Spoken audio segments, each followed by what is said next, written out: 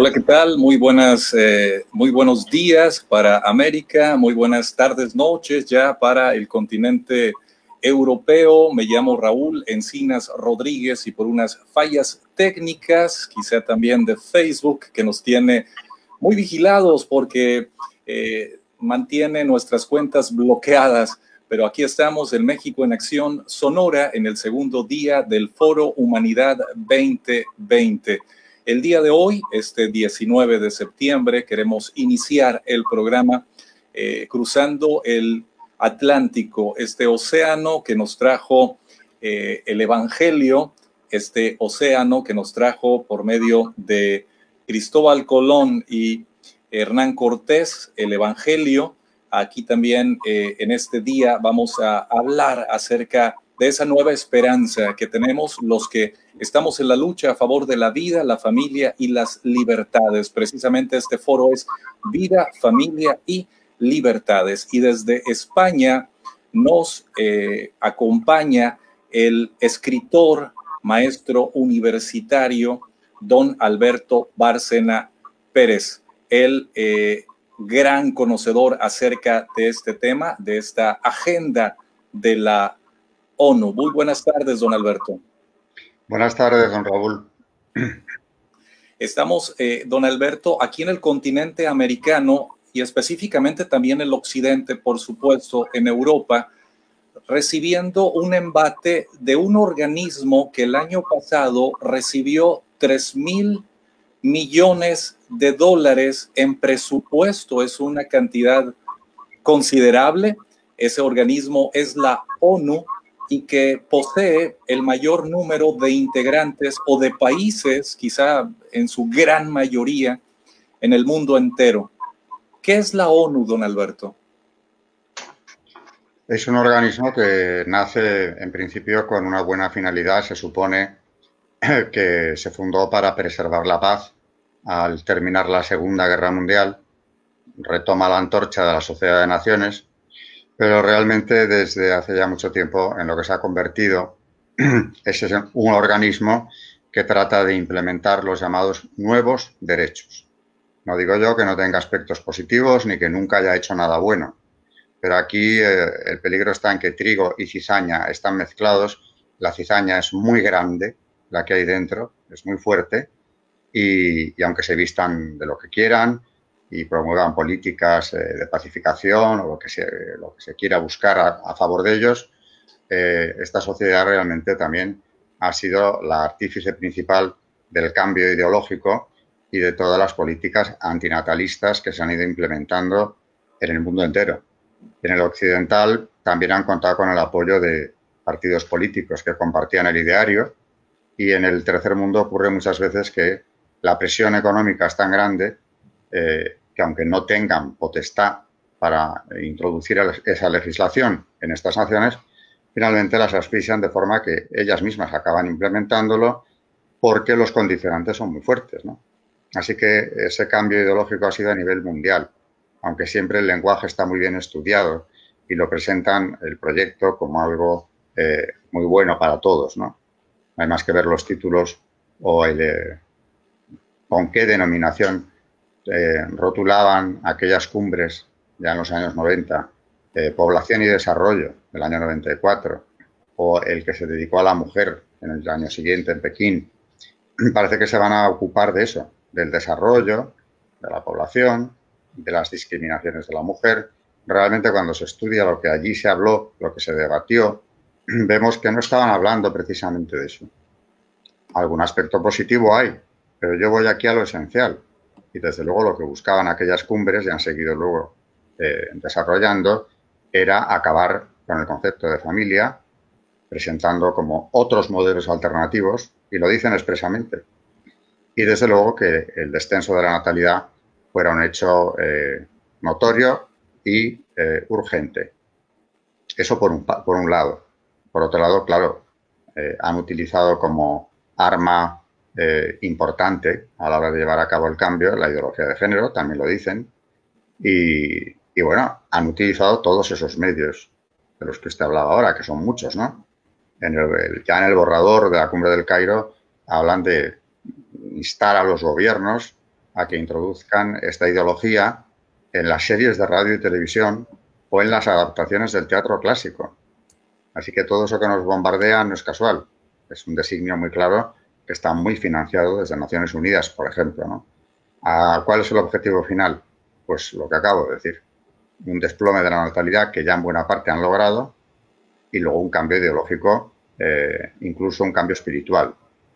Ha mencionado algo muy interesante, que es introducir en la radio, en la televisión, estos conceptos en el teatro clásico. Acá en América tenemos medios informativos o medios que llegan directamente al hogar, estas propuestas televisivas que se pagan y que llegan a los hogares vía internet a través de las pantallas de televisión inteligentes como Netflix, por ejemplo, o otro tipo de proveedores de servicio de televisión que han recibido en los últimos días muestras de descontento porque imponen la ideología de género en las series de televisión, en las películas. Realmente es muy difícil ver una serie. Hay alguna, que yo recuerde una, en la que no esté presente la ideología de género con mucha fuerza. Y con ella otras cosas también complementarias, como es, por ejemplo, el presentar la promiscuidad como un ideal de vida, ¿no?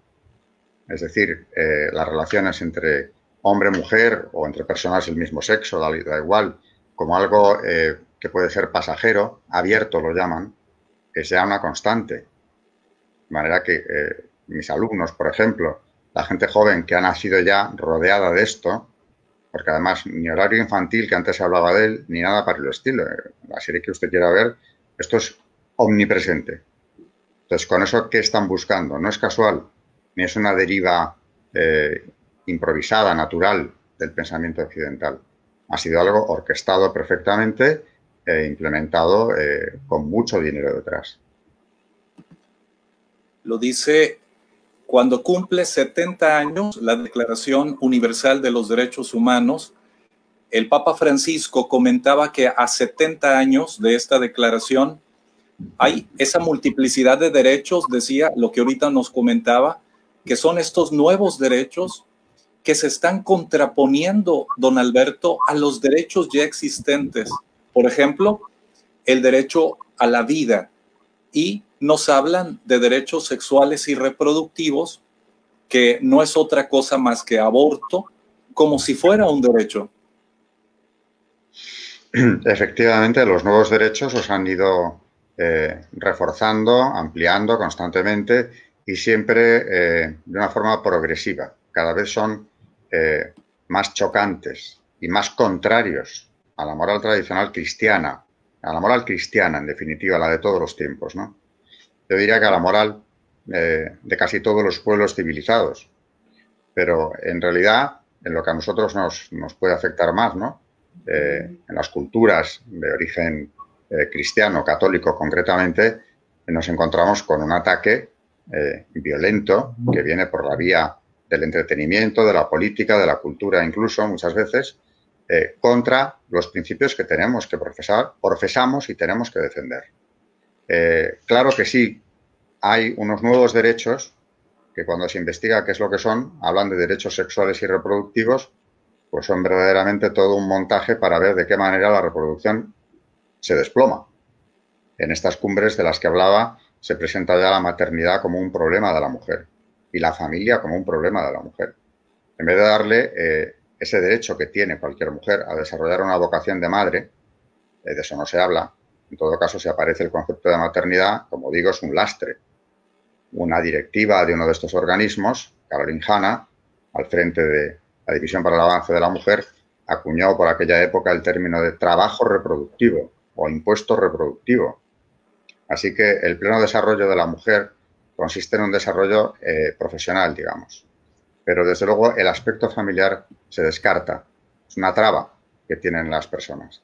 Y claro, ahí están invadiendo de lleno los derechos más fundamentales. Y desde luego haciendo un lavado de cerebro importante a la sociedad occidental en su conjunto. Y de paso al mundo entero. ¿Derechos sexuales y reproductivos? Sí, efectivamente. Uno de ellos es el aborto. Y esto ha ido siempre a más. Nunca se han contentado con lo que tenían. Siempre han querido más. Por eso ya hace un año en Nueva York se legisló incluso a favor del aborto de niños de 9 meses, que eso luego lo han ido copiando en algunos otros estados. También es cierto que en Estados Unidos hubo una reacción contraria y justo en ese año varios estados, creo que fueron 7, empezaron a legislar contra el aborto, reduciendo los supuestos, en algún caso incluso casi suprimiéndolos, ¿no? Pero al llegar a la Corte Suprema, que en Estados Unidos, claro, tiene un poder decisivo, estas leyes contrarias al aborto siempre topan con ese escollo, ¿no? Ha pasado ya con alguno de estos estados. Veremos qué pasa con los otros.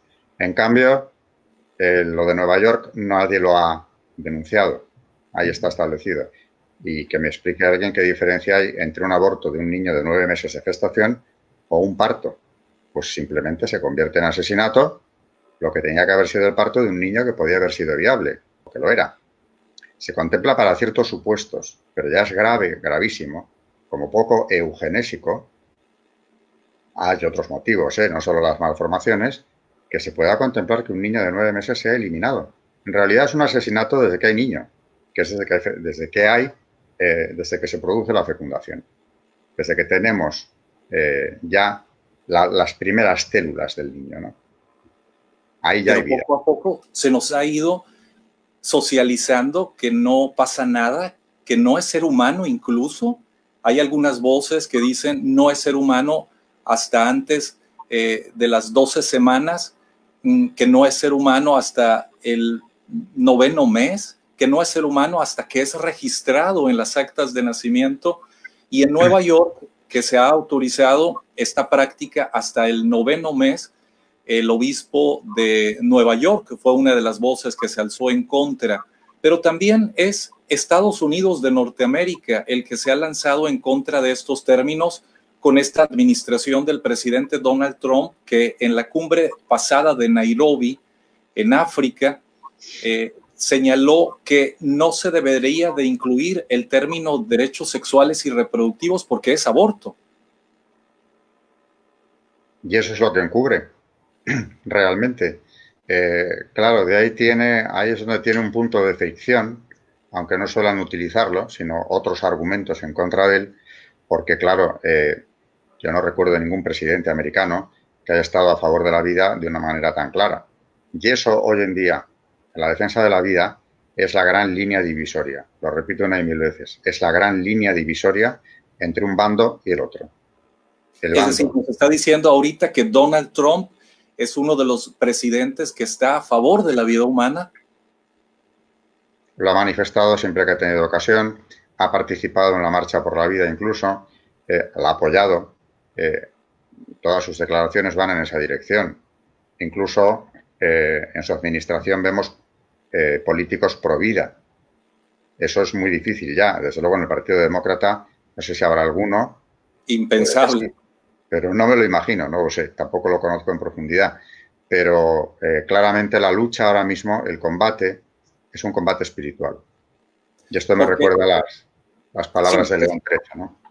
Ese combate espiritual, don Alberto, que viene de parte de, que debe de surgir de parte también nuestra, ese combate espiritual. Evidentemente no tenemos más remedio, nos guste o no, y al precio que sea, que defender la verdad. ¿Iba a mencionar a un papa? La ley de Dios, claro. Hombre, evidentemente, ¿qué papa va a estar en contra o permanecer indiferente ante los derechos fundamentales auténticos? Ante el de la vida, sobre todo. Juan Pablo II hizo de esto el eje de su pontificado, la defensa de la vida. Acuñó el término de cultura de la muerte. Habló clarísimo, se opuso a estas cumbres. Les hizo más daño de lo que parecía, porque habló muchísimo de este tema después del Ángelus en la Plaza de San Pedro. Tiene breves intervenciones, pero en todas sus declaraciones hay que leer sus encíclicas, Evangelium Vitae especialmente, para ver de qué manera se posicionó. Estaba perfectamente informado, aunque trataban de ocultarle la verdad. Hay una orden al embajador en el Vaticano, norteamericano, estamos hablando de la época de Clinton, que estaba muy a favor del aborto, y apoyó en la cumbre del Cairo precisamente esa ampliación de los llamados nuevos derechos, ¿no? Bueno, pues a su embajador en el Vaticano se le decía que se le ocultara el auténtico trasfondo de lo que había en esta lucha al país anfitrión, por no decir el Vaticano. El país anfitrión era el país del Papa, claro, porque es la Plaza de San Pedro y muy poco más. A ese país no había que contarle todo, pero había que intentar neutralizar esa hostilidad hacia los nuevos derechos. Por cierto, quería comentar, hablando de la actualidad más reciente y chocante, el hecho de que Naciones Unidas ha nombrado a la doctora Mofokeng, no sé si la conocen, una sudafricana, como relatora especial para el derecho a la salud. Siempre jugamos con los términos y hay algo siempre positivo. Como no va a ser bueno que tengamos un cargo que se ocupa del derecho a la salud en Naciones Unidas. Cuidado, vamos a ver, ¿qué se entiende por salud?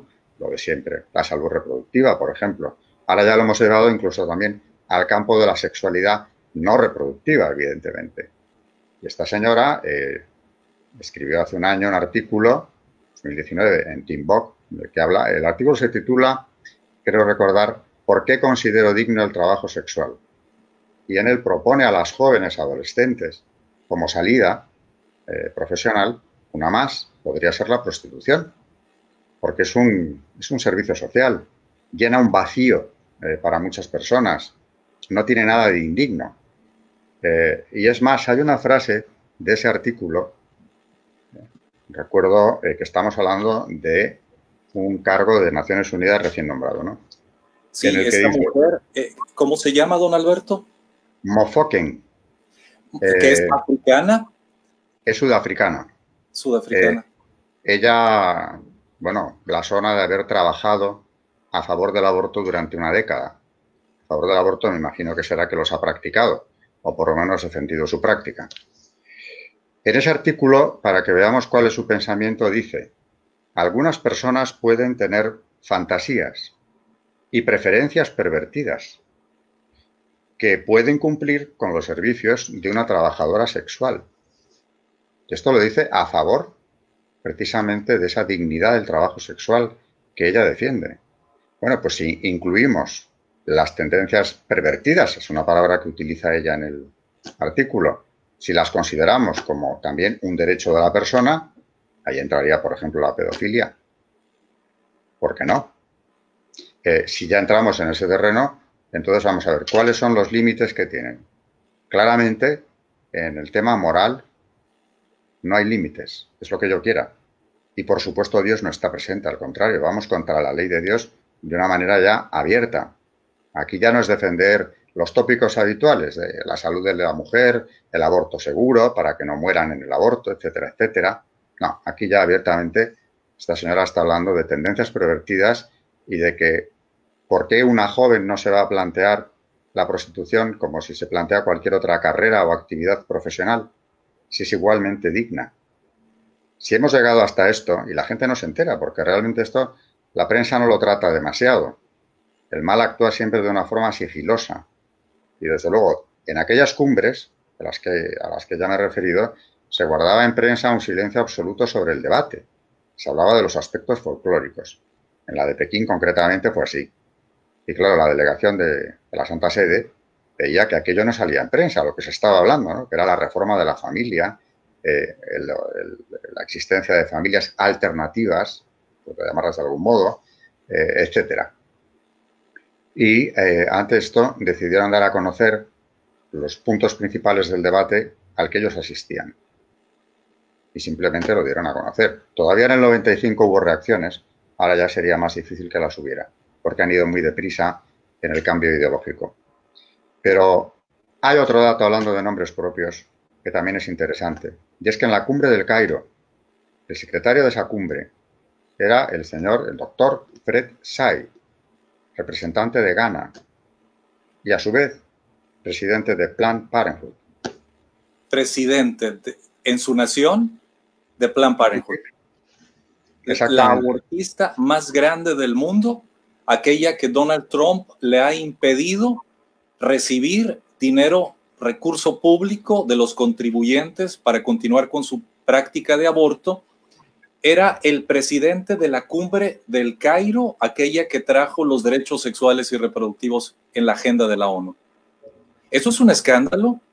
Es decir, don Alberto, la ONU como que tiene un perfil de personas como esta mujer sudafricana hoy nombrada en un puesto clave en la ONU, de pensamiento pro aborto y a favor de la práctica de la prostitución infantil. No, y además de normalizarla hasta el extremo de que las chicas de cualquier condición no descarten esa opción profesional.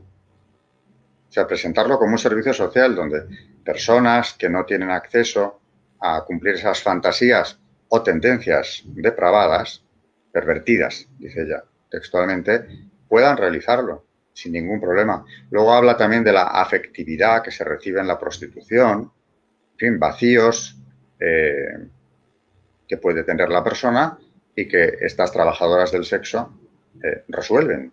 Por tanto, están haciendo un gran servicio. Lo grave,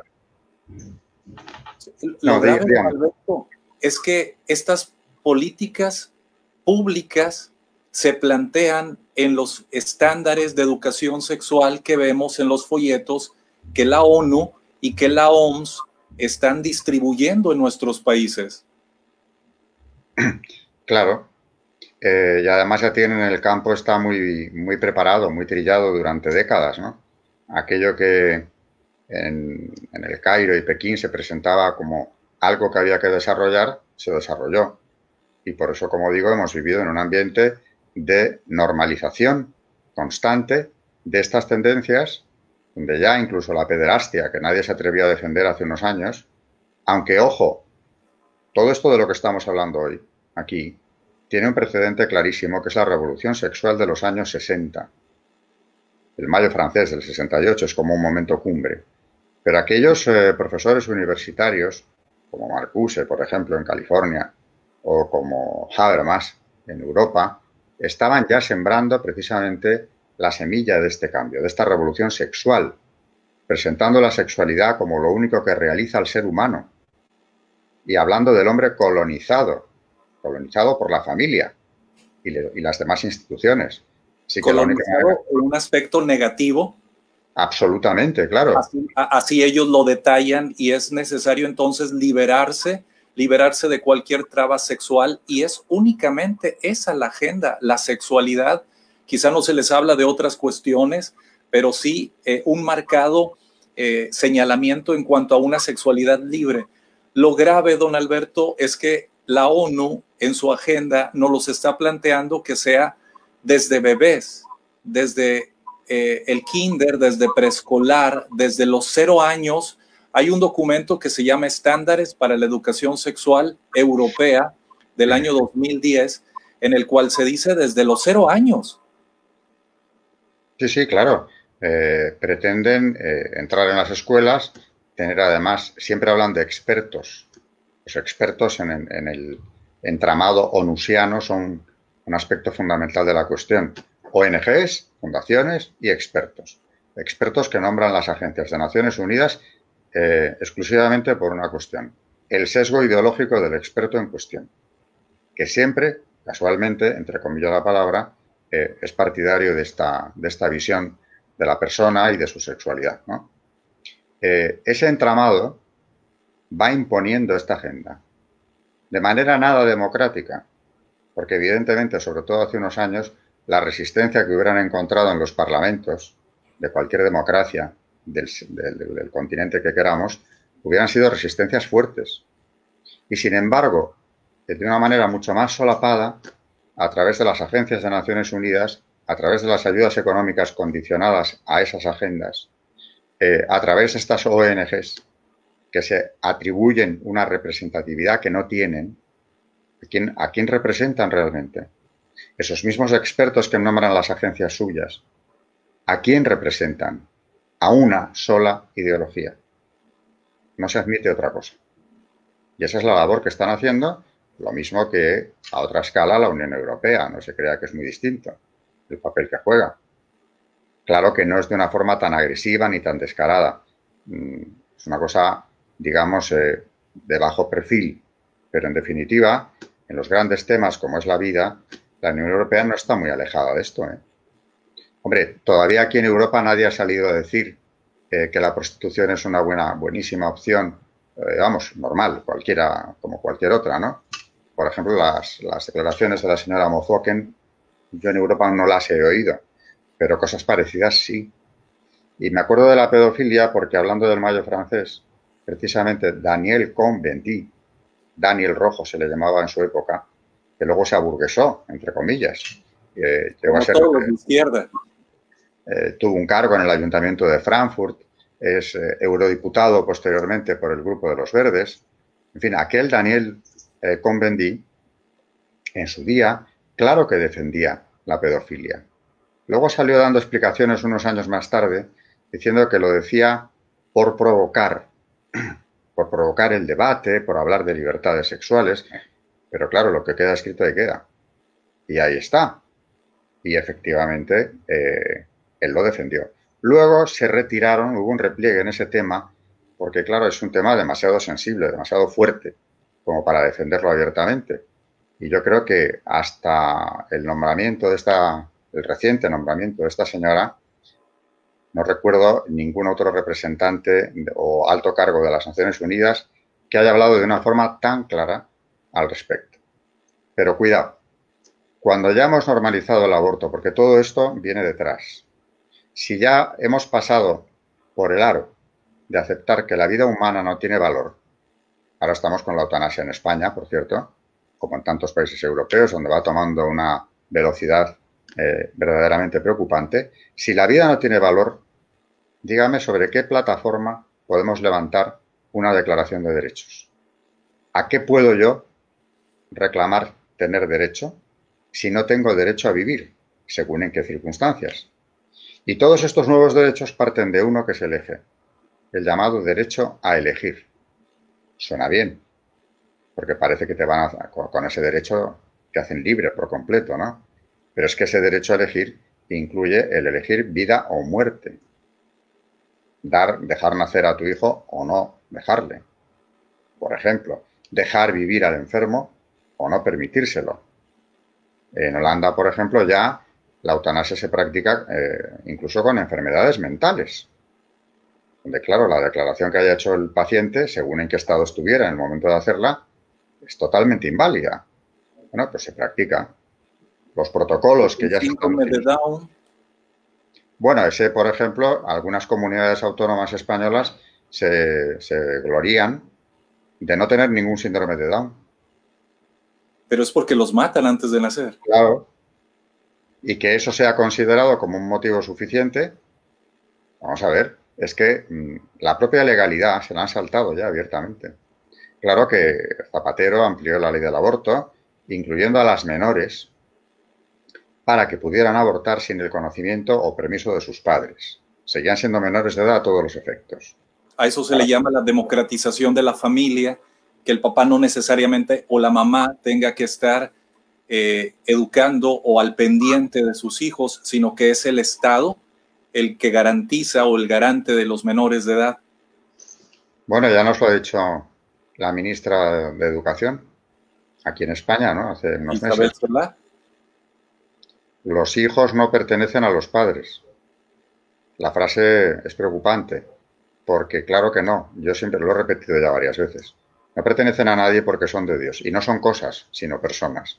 Ahora, los padres tienen el derecho y la obligación de darles la vida en primer lugar, ocuparse de ellos y mantenerlos por lo menos hasta una edad determinada, por lo menos. Un padre verdadero se ocupará de su hijo siempre que éste lo necesite.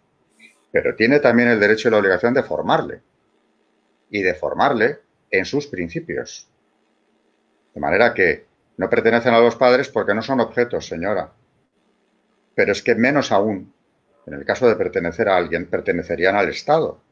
Porque entonces díganoslo abiertamente, que estamos en un Estado totalitario donde ya no se oculta ese rasgo del mismo. Aquí en México tenemos una ministra, la secretaria de Gobernación, que ha dicho las mismas palabras de la ministra Isabel Cela allá en España. Aquí también ha dicho eso, que los padres no tienen derecho a educar en ética, en moral, en sexualidad ni en religión a sus hijos, sino que es el Estado porque se les impediría sus goces de derechos sexuales y reproductivos. Y ha ido más allá. Ha tratado de imponer la ley de infancias trans, no solo de cambiar el nombre en el acta de nacimiento, sino cambiar su sexo, o bueno, también ellos le llaman género, y quizá acceder a la mutilación genital. Sí, claro, por supuesto. Por eso se han definido ya más de 100 géneros distintos. Yo ya me he perdido, no sé por cuántos vamos. Pero no son 3 ni 4, ¿eh? Ni 5 ni 6, son bastantes más. Ahora, el lobby LGTBQ van creciendo las siglas a medida que se van introduciendo géneros. En el fondo, por supuesto, están proponiendo unas políticas demoledoras para lo que es una familia, ahora la apodan tradicional, le han puesto el apellido de familia tradicional. ¿Como insulto? Bueno, como una cosa más, digamos. Una cosa más, en el mejor caso, ¿no? Porque luego hay otras familias, otros tipos de familia. Ya se hablaba en el Cairo de eso, de los diferentes tipos de familia. Sí, reconocemos que hay familias donde no hay más que un padre o una madre, porque puede ser viudo o una mujer abandonada, en fin, por muchas circunstancias. Pero no, aquí están hablando, por supuesto, de parejas del mismo sexo, etcétera, etcétera. Pero esa ideología de género, yo insisto en que precisamente aquellos políticos que ya en los 60, cuando esta ideología apenas apuntaba, defendían las políticas antinatalistas, han utilizado esa ideología y de forma muy consciente, precisamente para conseguir un objetivo que es prioritario, que es la caída de la natalidad, la fertilidad, que haya menos nacimientos. Entonces, claro, si al ser humano se le presenta, no digo ya cualquier opción, sino incluso la independencia absoluta, la soledad. Ahora ya en los países escandinavos se lleva mucho ese tipo de vida. En Alemania, por ejemplo, el famoso virólogo que estaba al frente de los casos de COVID, en la campaña del COVID, contra el COVID en Alemania, declaraba hace poco que una de las causas de que allí se haya podido controlar más es que hay una gran abundancia de domicilios, hogares, los llama, unipersonales. O sea, ya no es vivir en soledad. Es casi un ideal ya en ciertos países nórdicos, pero me llamó la atención que este doctor lo reconociera en Alemania como una realidad que había permitido que la lucha contra el virus fuera más eficaz. Porque, claro, gente que vive sola, completamente sola, tiene más fácil preservarse.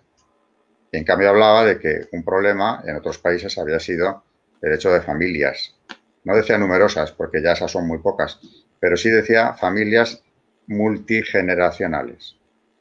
Es decir, familias que conviven, padres, hijos, quizá incluso algún abuelo o algún tío, o tienen mucha relación, estrecha relación con amplios grupos familiares, ¿no? Ese es un problema a la hora de controlar el virus.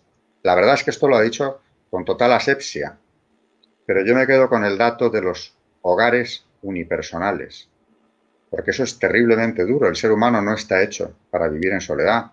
Va en contra de la vida humana, va en contra de la socialización de la persona y lo muestran como un modelo. Bueno, desde luego, este doctor, como digo, lo ha recogido como un dato objetivo.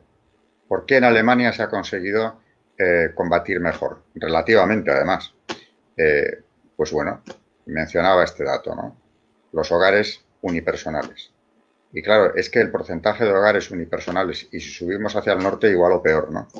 En los países escandinavos, me refiero, que hay ahora mismo en Occidente, cada vez van a más. Y todavía los países del sur de Europa, en ese sentido, aunque han sido muy trabajados por estas ideologías, siguen existiendo familias de las que llaman tradicionales, muchas más que en otros países, ¿no? A pesar del gran cambio que también se ha dado en el sur de Europa, evidentemente. Pero es que ya esto en el norte de Europa es una realidad cada vez más frecuente. Y de este modo también el hombre solo está más indefenso. La familia también es un baluarte de la persona, porque donde se comparten valores, principios, tradiciones, etcétera, estas tradiciones, estos valores salen reforzados. Si yo vivo aislado en una cápsula, puedo llegar a pensar quizá incluso que lo que a mí me inculcaron era algo muy equivocado, extraviado, ¿no? No me refuerza a nadie en esto. No hay comunidad familiar. Y claro, el hombre está hecho para vivir en comunidad. Pero claro, la primera comunidad, la célula de toda comunidad, de toda sociedad, es la familia. Entonces, Esa familia que está siendo relegada, esa familia natural que está siendo relegada, acá en nuestro país, en México, don Alberto, y en todos los países en los cuales tiene injerencia la ONU con su agenda, presentan los libros de texto para menores de edad distintas estructuras familiares. Una de ellas es una pareja de hombre a hombre, mujer mujer, con un perro, o mujer y hombre con una mascota, que esa sería, pues realmente yo creo que el modelo de familia de la ONU para estos tiempos. ¿Por qué no? También llevan tiempo grupos dentro de la organización queriendo proclamar los derechos del animal, cuando un animal no puede ser sujeto de derechos. En todo caso, se puede legislar, está muy bien, contra el maltrato animal, etcétera, etcétera. Pero claro, los derechos del animal, de momento han hablado de ciertos animales, ciertas especies, que por su grado de evolución deberían ser ya sujeto de derechos. Y esto es verdaderamente llamativo cuando se está negando el derecho a la vida de los seres humanos. O sea que la devaluación del concepto de persona está siendo de una gravedad extrema en Occidente. Ya, derechos humanos para los animales y tratar como animal a un ser humano. Exactamente. Si no me conviene que venga al mundo, bueno, lo puedo camuflar con otros argumentos, pero lo puedo eliminar. Si es enfermo o esa persona mayor con la que convivo o simplemente está hospitalizada, ¿no?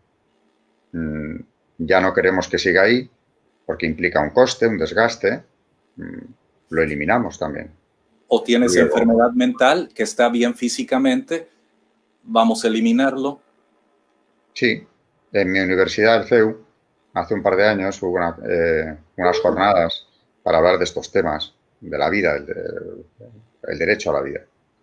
Y vino un representante de Holanda, bueno, pertenecía a una organización holandesa, donde contaba cómo, contó un caso muy concreto de una señora que sufría depresiones severas, periodos de depresión severa, y permanecía ingresada a ciertos periodos de tiempo. Bueno, pues su familia se enteró de que había sido eutanasiada, asesinada, realmente. Sin que lo supiera su familia.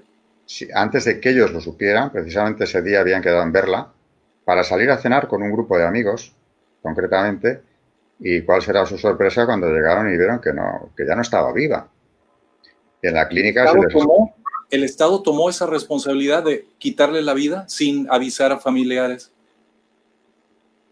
No, según nos contó este joven holandés, la explicación que dieron es que aquello había sido un acto consentido y pedido por ella en múltiples ocasiones. No sé si dejó constancia escrita en algún momento, pero es evidente que una persona con una depresión severa puede pedir eso, y si se cura, que para eso está ingresada, y algunos se curan, evidentemente, o tienen periodos más o menos duros, lo que ha dicho ya no lo piensa, ha dejado de pensarlo porque sus sentimientos, su sensación de vida es distinto a la percepción que tenía hace unos meses o semanas incluso. Claro, a veces hasta con un dolor de muela, don Alberto, uno se siente desesperado, etcétera, pero eso va a pasar y para eso está también el derecho a la salud. Claro, a la salud verdadera, no a lo que llaman salud ahora, ¿no? Que es la reproductiva, etcétera, etcétera, ¿no? El caso es que esta persona desapareció y claro, en el último momento, por lo menos ese mismo día por la mañana, cuando habló con su familia, no parecía nada dispuesta a dejar este mundo, pero lo había manifestado. Y por otro lado, ¿en cuántos hospitales no se está practicando ya de una forma